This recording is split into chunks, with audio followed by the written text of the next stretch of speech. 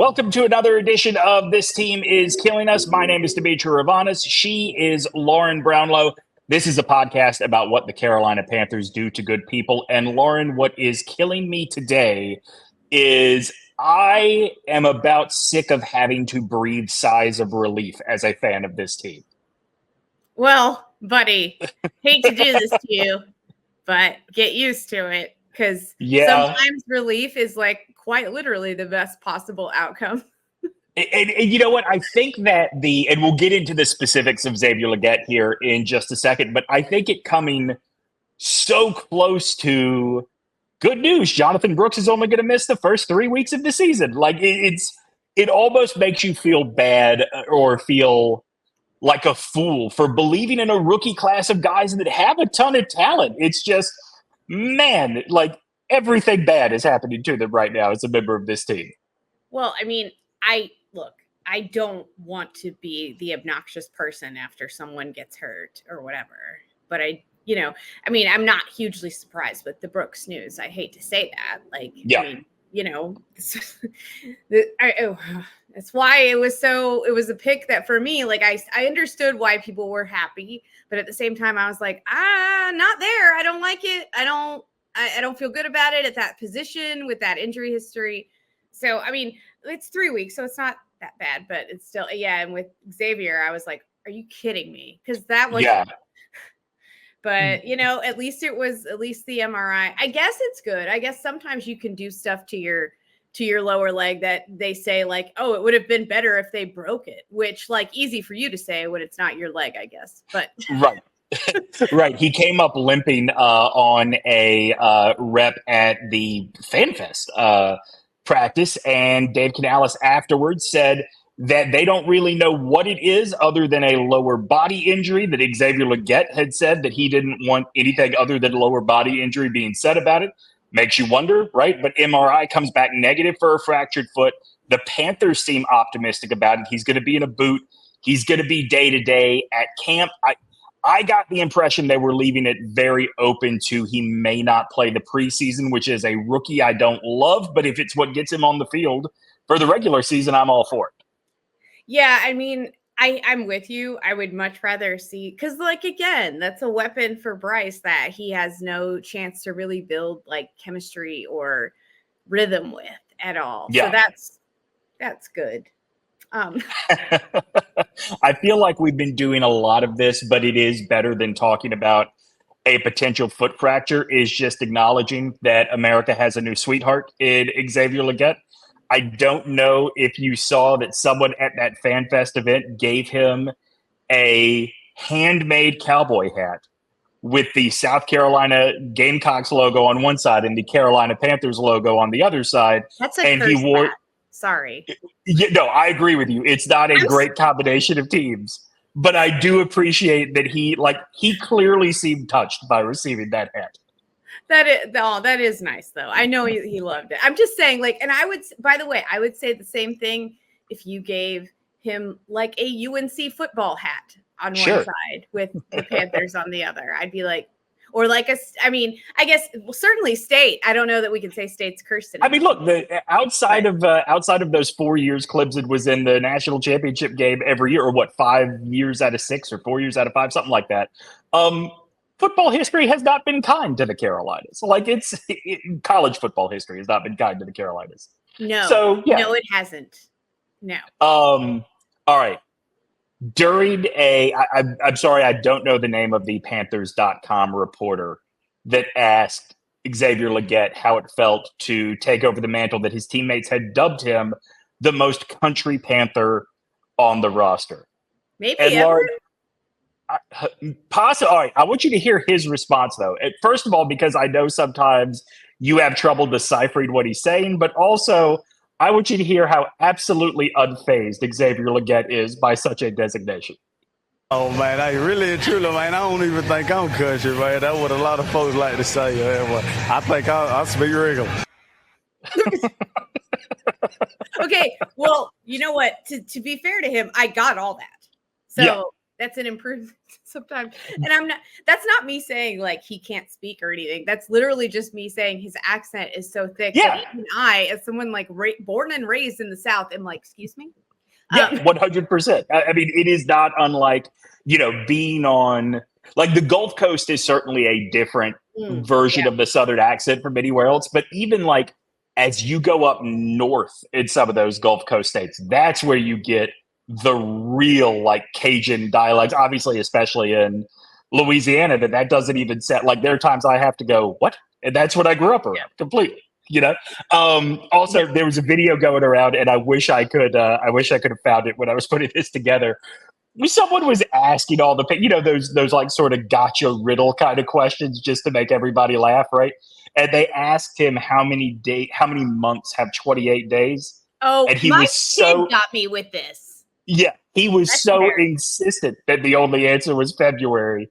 And the more the guy questioned, like, are you sure? Are you sure? The countrier and angrier the responses got. Like, Xavier Legette, I think, is, it's interesting. He started last season because people had such high expectations for Juice Wells. He started the season under the radar, even for South Carolina fans, for a lot of people that follow college football. It's really fun to see how much he has embraced the celebrity side of this. I keep saying America's sweetheart, but I think at least amongst Panthers fans, it's absolutely true. How could you not be rooting for this guy? Listen, the Panthers have not reliably had a whole lot of things from this football team. But one thing, like really, one thing I can say that pretty reliably the Panthers have had, though, is a wide receiver you can love. Like, at least one. Like Robbie, even when Robbie Anderson was like the most recent one for me. What's that bear doing? I was like, I will love him forever after that. The faces he made on the sidelines, loved it all, was here for all of it. And now we got Xavier, and that's great. Like Steve Smith for many, many years, obviously. Right. Like there were just plenty of guys around that you could love from their personality. That's what wide receivers are there for. Like, give me even if it's just like a country personality, I don't care. Like that works for me. I love it. I'm here for it. Well, speaking of Panthers fans not having a lot to love from their team, DaveCanales made it clear he was not happy with the team's performance at that Fan Fest, the one open practice they're going to do this preseason. He said, don't too embarrass many penalties. me in public. Oh, boy. And it was like, I think DaveCanales strikes you as the guy that is not going to say anything publicly, but just you wait till we get in the car. He's like a sitcom dad a little bit, like where he's not going to yell at you unless you know you deserve. Like he's not going to come down hard on you unless you know you deserve it. And so, like, if he might drop an, I'm not mad, I'm just disappointed. And so that's a great way to describe his reaction. He said too many penalties. Obviously, most of them the pre-snap. But this is my favorite thing, Lauren. He told the media that I don't know, is the issue cadence? Is the issue crowd noise? We're going to have some conversations about that. Like, does that not sound like Phil Dunphy at the absolute end of his rope having to deal with his children? Yes. But here's the thing, though, that fascinates me about that. Because, like, you and I have talked about this a little bit, and lifers, like the lifers among us will know. This is, like, pre-snap penalties. It's worse, obviously, when you suck because you can't overcome it. But this has been an issue, whether it's like delay of game, something with the clock, whatever. This has been an issue with this team for a long time now. I mean, honestly. Yeah, and last year, pre-snap obviously is what we're focused on. But last year, it was also an issue of just unforced, unnecessary, like they would get flags on blocks in the back yards away from the ball carrier, and it was maddening, but also weirdly, I looked this up. So they averaged 6.1 penalties per game last year. Do you realize that's pretty high for an NFL team? Yeah. Do you realize that there were like 6 teams worse than them? Like it felt like, as much as it felt like they were being undone by penalties, and apparently was not even close to the top of the bottom. Because, there are some teams that like okay, I'm going to be careful how I say this. There are some teams that the refs don't like the Raiders used to be that team. Remember the Raiders would average like 11 penalties a game or something absurd like that. And everybody was like, the refs hate the Raiders. And you'd be like, whatever. And then you'd watch their games and you'd be like, so it's a little both, right? Like it's almost like a self-fulfilling prophecy, but at the same time, you're like, wow, they're okay. You know, you get a bit of a reputation. I hate to say it. This happens in every sport though, right? Like you get a reputation for certain things. And I feel like referees become more vigilant when it comes to those things. And that I think is contributing as well. But it's just also like sloppiness. And then I've literally wondered for years if there's an issue seeing the play clock at Bank of America Stadium. Like I can't tell you how many penalties they would get, even like in the Cam Newton years, like I said, where it would just be like, how did they just get a delay of game, like coming out of a timeout or something? And you see that even still happening, maybe not quite the same degree, but like you see it happening and you're like, huh? Like how, is there an issue here? Like I wish someone would solve it. So another issue, and I didn't even think about the Bank of America Stadium element of this until you just said it. And I would have to see numbers over an extended period of time to see if this is even true. But I wonder if teams like the Falcons, the Florida teams, maybe the Titans, anywhere that people move to and thus the opposing team travels well, I wonder if those teams take Arizona. A lot more penalties at home. Yeah, Arizona, than, teams that reliably, like if a game is being played in Lambeau, that stadium is reliably green and yellow. I wonder if there is a little less of an ability to control the home crowd, makes it a little more stressful, especially on a young quarterback. Maybe, although I will say, like, to be fair, yes, the stadium will fill up when the like teams that are from the places that the people who travel well live here, come to play. But like if they're playing if they're playing, for instance, like the Cardinals, like who's traveling to the, there's not a lot of like Arizona transplants around here that I'm aware of. So like, listen, it's a good point. Like in the division, right? I think that I read a thing one time saying that North Carolina actually took in a lot of folks from Louisiana after Katrina, but those other two teams in the division, like there aren't even Falcons and Buccaneers fans in Atlanta and Tampa. So it shouldn't be an issue with the majority of teams they're playing. They took in people. Yes. I understand that happened literally. I'm not saying it didn't. What I am also saying is there are also some people that are born and bred here who are not about that Panthers life. Okay. Oh, fair. And when Drew Brees all of a sudden started becoming America's sweetheart while I'm like cursing him under my breath. Those people were like, you know what? That looks fun. Yeah. It's amazing how much it's amazing how much Oprah mistaking a birthmark for like chocolate on your face can do to make you likable. Nothing will ever get me to like him. I agree with you. I don't like hate him or anything. Like I don't like actively despise him, but I will never like him. And the sight of his face will always, not his face, like his helmeted face, don't care. The sight of that and the name on the jersey, that tiny body, that tiny magical elvish body that somehow never went down. I will tell you, no helmet on. Actually, I will say, being from the Gulf Coast, even though I was never a Saints fan, I was happy for them in 2009 to win. However, if you are asking me the pinnacle of like likable Drew Brees, I think it both began and ended with his SportsCenter commercial where he's trying to get a Mardi Gras float onto the ESPN lot. I did like that. That was fun. That's one of my favorite, like, post This Is SportsCenter era commercials. Don't forget to like and subscribe to this show wherever it is you are hearing or watching us, be it on YouTube, your favorite podcast platform.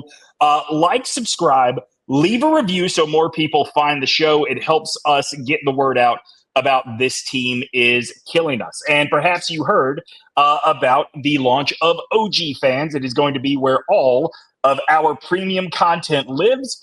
Written stuff from Lauren Brownlow. Lauren and Joe Ovius are going to revive the Panic Room.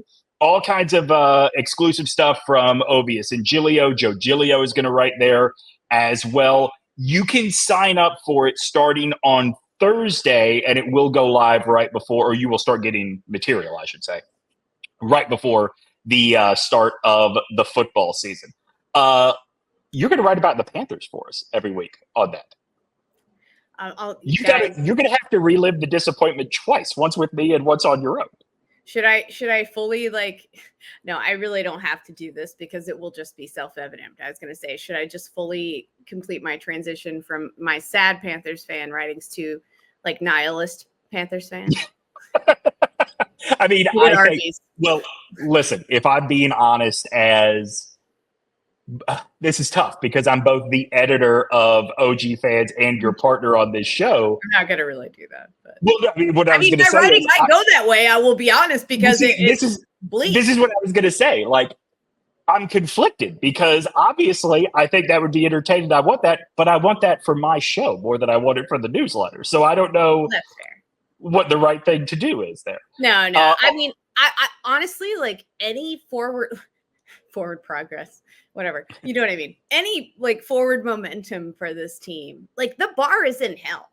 So for me, it's literally they beat someone? Yeah. Well, that's cool. Yeah. It's weird. When you said it just dawned on me. It's weird how much the Carolina Panthers mirror American politics. Right now, the bar is in hell. In 2015, things were great, but boy, did it disguise the hell that was about to come. I'm working on this for a thesis, I think, at some point. I don't know in what class. Yeah, it tracks, I think. I don't know. It's not good. And at least no one's pretending like this is normal for the Panthers. Yes, very true. Very true. OGTrianglemedia.com. Super easy way to sign up for OG Fans. Not a bunch of tiers, just one flat price, $13 a month. If you pay ahead of time for a year, we will give you 1 month of that for free.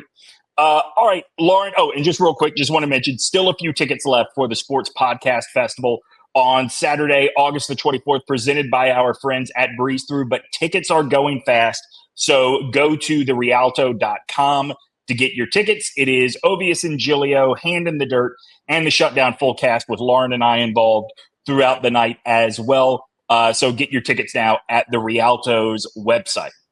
All right, Lauren, a lot of stuff coming out about the running game this week. We touched on Jonathan Brooks a little bit earlier, but DaveCanales says he's really not worried about Brooks because he thinks that they are about where they thought they'd be when they drafted him, which is he's not going to play the preseason. Same. And week 3 is the goal for the return. I know you don't love that. But look, I mean, to your point earlier, at least there's not a setback. At least he didn't slip walking into the facility and undo any sort of progress Don't say that. Don't give the universe any ideas. God. It is look, it's interesting, right? I'm very high on Brooks's talent. Yeah. I never know what to make of a dude not participating in camp or preseason his rookie year. I really just don't. But I know that it's a little less important when you're a running back, so I'm not going to be overly worried about this. I'd just like to see it. Well, I guess it is and it isn't, right? If you're if you're a vet running back, I would say it's not. I don't know about for a rookie because there's a lot of stuff you probably have to learn that maybe you didn't have to do or didn't have to do as much of in college. Mm-hmm. And he's not getting out there if he can't pass protect. He's certainly not getting out there for a pass play anyway if he can't pass protect either. So, I mean, but we talked about that. We think that'll probably be okay for him, but still I mean, I guess I worry a little bit in that sense. And some guys get out there a little nervous and get a little fumbly at first. They get a little, which I don't blame them. I would be terrified. I would be like, oh my God, and just throw the ball in the air probably. It's funny. Dan Morgan mentioned this I think it was that first post-draft press conference where they said one of the things they liked about Brooks over Benson out of Florida State is that in a age where nobody does the bell cow running back thing anymore, Texas did with Bijan Robinson. And so there are a lot fewer miles and hits that Jonathan Brooks has taken. And yes, he's coming off of an injury, but the long-term seems better. There's a part of me that is kind of panicky and wondering, are they trying to see how long they can stretch this not taking a lot of hits thing on the guy? because that doesn't seem like a sound method. Well, I do get what they're saying. Like that does add to like the blue book value of her or subtract from. Like, I mean, it is like that for running backs, isn't it? It's like, how many carries? Ooh, God, that's a lot. Like, did he ever come out? How old is he? 23? Right. Oh, God. He's elderly. Well, you said like new. We're gonna mark this down to good condition. Right. Like some teams will look at that kind of stuff before they even look at like some of your tape or your 40 speed or anything else. And so, it is a plus, I guess, in his favor, but it is also one of those things for me that makes me a little bit nervous because I understand the mileage argument, but at the same time, like if you're not used to getting a ton of carries like in big crucial moments either, then I've seen it so much because I used to cover college football all the time. And so like I've seen guys get in, even really talented guys out of high school get in for the first time and just completely lose their minds a little bit at first because they're like, oh God, which, again, is human. I mean, look, as somebody that's all in on college football all the time, I tell people regularly, like when you see him in the open field, like you're going to see him break tackles and it's going to be like, holy shit. But his first carry will probably be like straight into the line of scrimmage, getting hit in the mouth. And that's the other thing I was going to say too is the Big 12 is not still the reputation that it had for years of nobody playing defense. However, there is a very big difference between the depth linebackers in the NFL versus the depth linebackers for, I don't know, Cincinnati, right? Do you think Texas players are going to be like, is this allowed? Are we? This feels like a penalty. Right. What is this? Rev, surely there's a hitting too hard thing you can call on this right now. This isn't getting to 60 points. What is this? No. You didn't sign up for this. Yeah, which, to be fair, that is fun for everyone. These guys are wasting time by not getting in the end zone. Lauren, last week we talked about Miles Sanders and sort of what his standing might be on that team this season. And clearly, whether it was our podcast, I'm going to assume it is, or anywhere else that you have heard that speculation, it has clearly gotten through to Miles Sanders that whether it is a roster spot or just a rotation spot, it's not guaranteed this year. Both Bryce Young and DaveCanales have told the media that it feels like a, quote, different level of intense when he is handed the ball during preseason drills. That's good to hear. Yeah, when I say good, like, I want to be clear. I'm not saying good because, like, good, now he knows he's about to be cut and he's going to turn up the level. It's like, no, I'm saying that because, like, that means no matter what happens with him, that hopefully he can land in a better spot. And I'm glad the coaches are saying nice things about him as well, whether they're true or not, just because that's going to help him considerably. Obviously, like finding a new home, even if it's not with the Panthers. If it is, great. But if it's not, like, he can land in a good spot. I would argue that Sanders has the opportunity here to show that when Brooks comes back and is healthy, that maybe a combination of him and Brooks is better than a combination of Brooks and Hubbard. Because I like Chuba, but I'm not sold that Chuba's talent is higher than Miles Sanders is. I'd like to see a full season of healthy Miles Sanders first. Yeah, that would be hard for me. Like, again, I had two people. One's now gone. Right. Just killing me. But, Chuba was the other that I started to really feel an attachment to and appreciation for, like, how hard they both played, like play after play. And I'm not saying that I disagree with you necessarily, because I know Miles was hurt and whatever, but I also feel like there is a level of, I hate to sound so cliche, but like a level of like scrappiness and want to in Chuba that I really like, and I think can kind of help put somebody over the top in a close situation. So it's nice to see that. It's nice to hear anyway that Miles is also kind of bringing up his own level of that, because he didn't really have that nipping at his heels last season at all. Like, no one was ever like saying, oh, he's not going to have the job. And then like to essentially kind of get benched, although he was hurt and whatever, like for Chuba, that probably, you would think, like lit a bit of a fire under his ass too, so maybe that brings out some of that in him too. Yeah, and look, I would rather the Panthers not try to copy that Texas model and turn Brooks into a No, bell cow because he has please less don't. miles. I'd love to see a situation where it's like, when he's fully healthy, I'd love to see a situation where it's Brooks getting 50% of the carries and then Sanders and Chuba splitting the other 50%. I think that'd be a really good group. Now, at Sanders' price tag, that doesn't make a lot of sense. And at some point, Well, you're that's going to the have to issue, make right? you're going to have to make a long-term decision on Chuba, and then what does his price tag become? But right now, Don't they have another one? Who's the other running back? It's the guy from San Diego State, right? Am I making Rashad Penny, but he retired. You want to talk about mileage? Two guys could not be more opposite in terms of college mileage that they got in this time. Right, 100%. But Penny retired last week, so now he is not on the roster anymore. All right, so as it relates to last year, I do think some of the want to. I would anticipate we see that return in Miles Sanders because he was so good in that 2022 season for Philadelphia. He's got a lot to prove, well, that's it, right? He's got a lot to prove, and B, I wonder if when you're hurt, you're in a situation that feels hopeless with a coach that isn't even calling plays that make sense for your offense. Yes. That's got to kill some of the want to. 100%, especially the hurt part. Like, I'm doing this hurt for a team that sucks this much. Like, nah. Like, and so I get that. And then also, like, I'm sure there is the degree of like, I have this big contract. It's guaranteed. Like, he's a human. Like, I would be the same way. I'd be like, for what? I'm hurt. This team sucks. This coach sucks. I've got my money. Like, what for what? So I understand. Like, I'm not blaming him or whatever. But like, as I think it was Reddit College Football on Twitter pointed out after the day the Americans had yesterday, it was like, listen, if the last like week of the Olympics proves anything, it's the moment you start hating on an American athlete is the moment they step up to silence you forever. Yeah.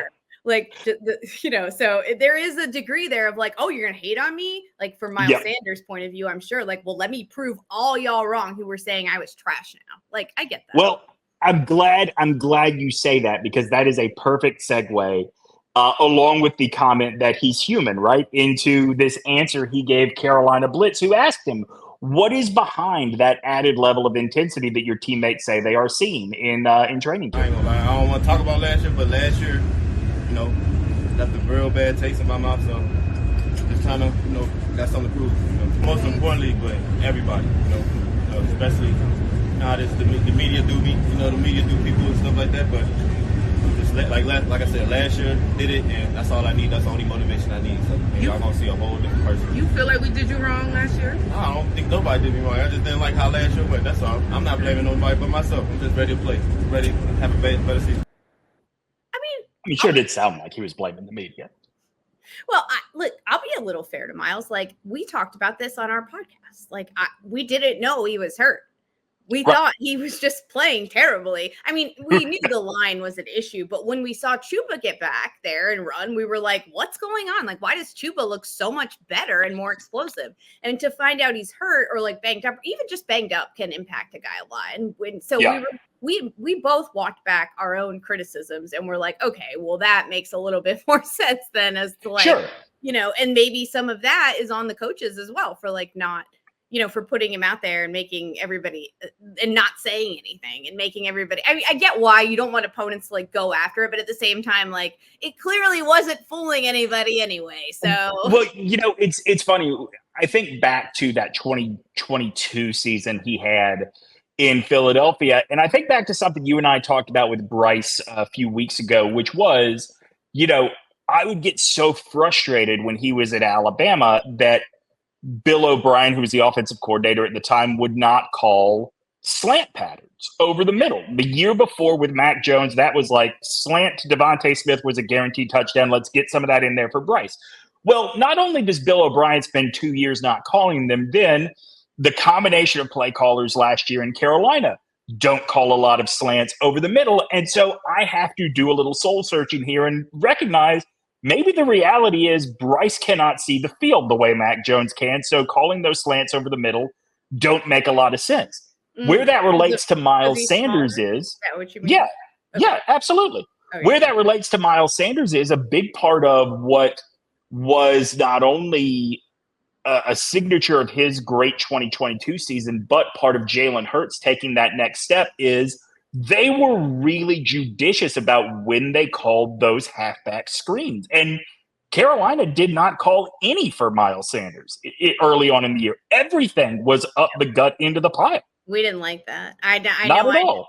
I mean, some of my favorite Panthers offenses over the years have very heavily incorporated running backs as receivers. You know, I think it, because listen, most of my life, the Panthers have not had a very good offensive line. So, I mean, there have been some exceptions, but for the most part, like the quarterback was always running for his life back there. So it's almost like you need that. You need some of those like safety valves a little bit, because how are you going to have time to wait for like routes downfield to develop, you know? And I just wanted that more available and a bigger part of the offense. And I never understood last year why it wasn't when you have an offensive line that sucks. I never got that. Yeah, Brooks is a really good receiving tight end, but he's more of the halfback screen kind of receiving tight end. I'm not going to tell you Miles Sanders is Christian McCaffrey, but Miles Sanders is more of the receiving tight end that you can see those big long wheel routes that CMC used to run for Cam developing.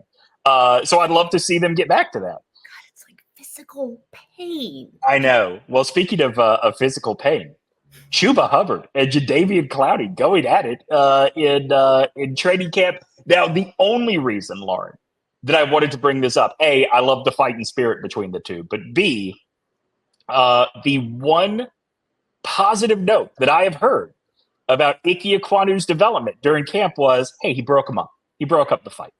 What a good dude. I thought you were going to say he fought Clowney. No. And I got excited. No. He told guys, hey, we're all on the same team here. Save it for the opponent. No, Ickey, I need you to be mean, be nasty, get mad. Come on. Yeah. I know. So I was like, at first I'm like, yes, but I mean, I guess at least we knew he could physically do that. That was good. Right. That's good. Right.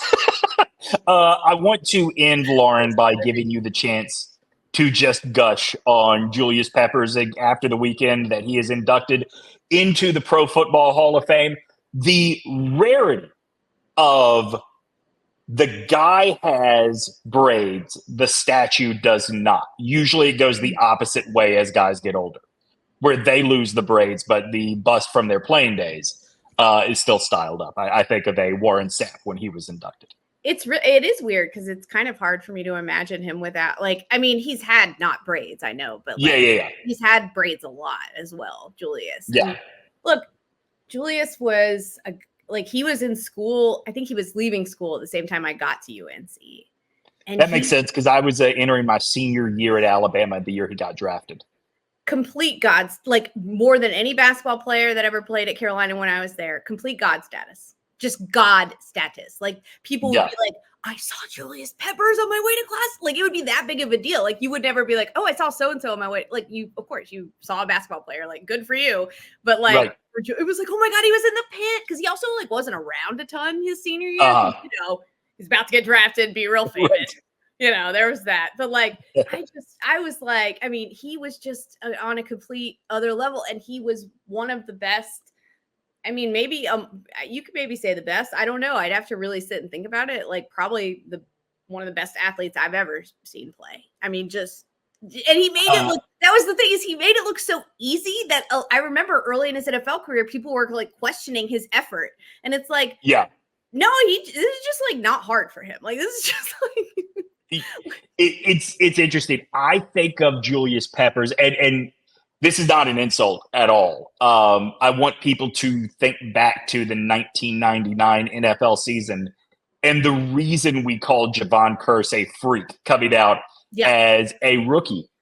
Curse couldn't sustain it the way Peppers did. Like Curse very quickly became a depth kind of guy. And I really had lost a track, I guess, just hadn't really thought about how many different teams Julius Peppers had played with until his speech where he singled out his favorite memory from each stop.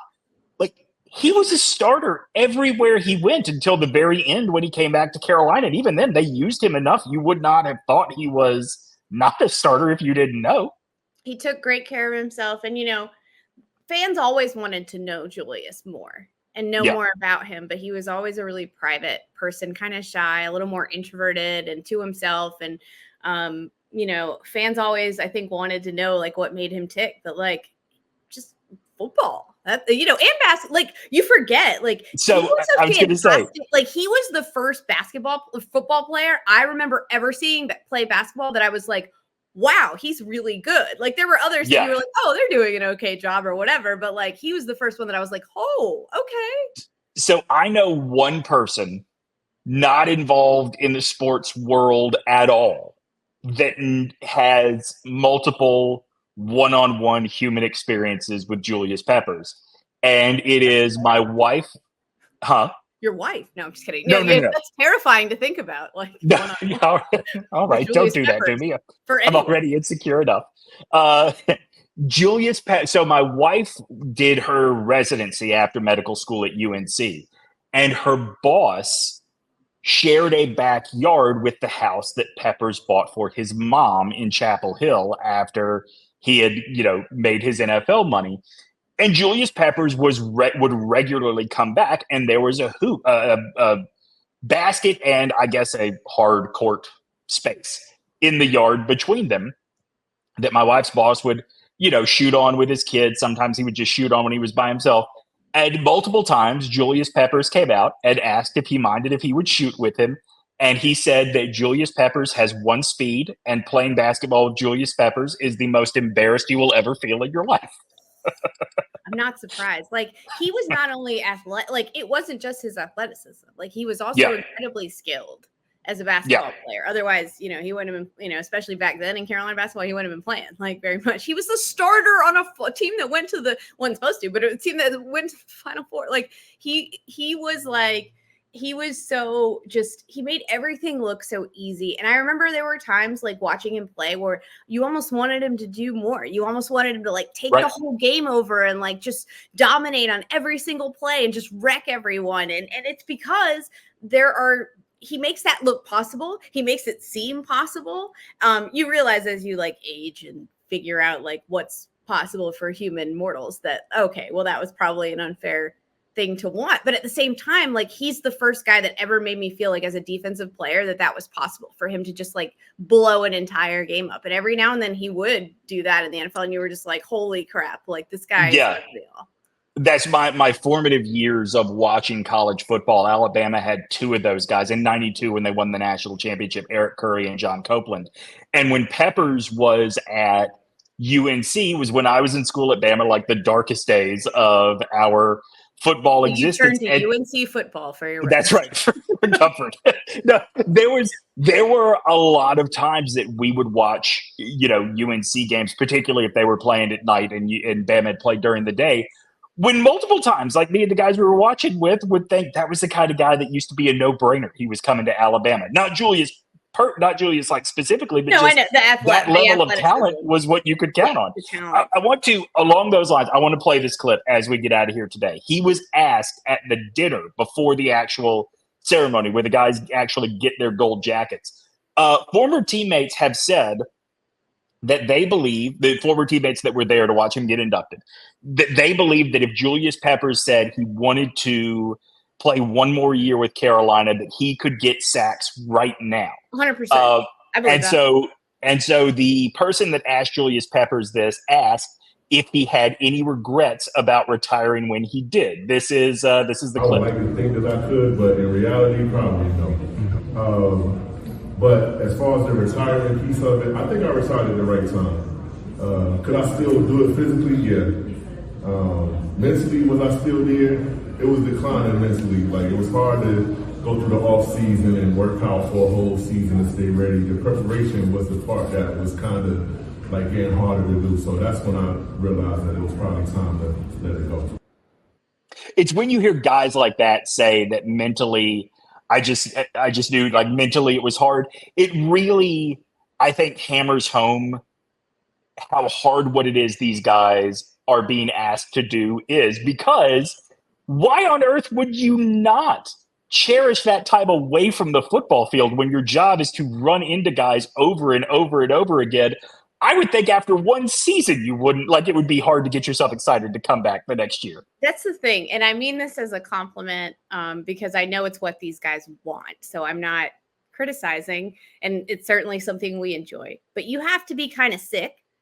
Yeah. I think to want to like continue to do this to yourself and to like punish your body like this, to like eat the way these guys have to eat or not eat certain things in certain cases, like to work out the way they have to work out, to sleep. Look, I've got one of these cousins that still wants to talk about the state championship football game he played in 1989, right?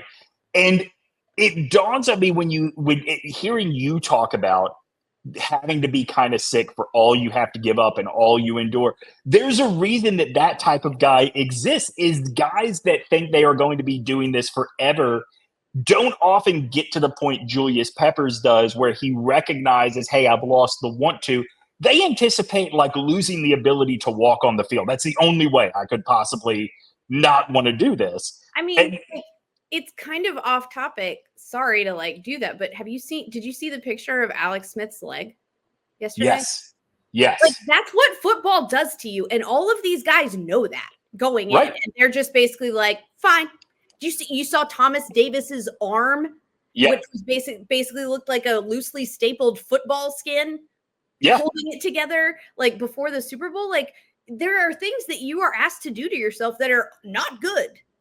That's and you say, when he retired from regular day in, day out wrestling and touring with the WWF, like Mick Foley pointed to Earl Campbell as the reason. Yep. Like at this point, I could still walk from one side of the room to the other. Like I don't want Earl Campbell's life. And it's literally, it was that Real Sports episode back in the early 2000s that, because I still remember watching that episode for the first time and being like, holy shit, like this is what happens to people. Like this is what's, and sure enough, like we've seen plenty of guys as they age, like some guys have been able to better than others, but like, offensive linemen, especially like, all kinds of positions and like guys that have taken a lot of hits to the head, like all kinds of ways that game can continue to like have negative effects on your life. Like you're not just like retiring to spend this like blissful life with your family. Like you're hoping to be able to walk. Like I've heard a lot of players talk to me about this too. Like they want to be able to walk and like know who their kids are when they stop playing football. And that's,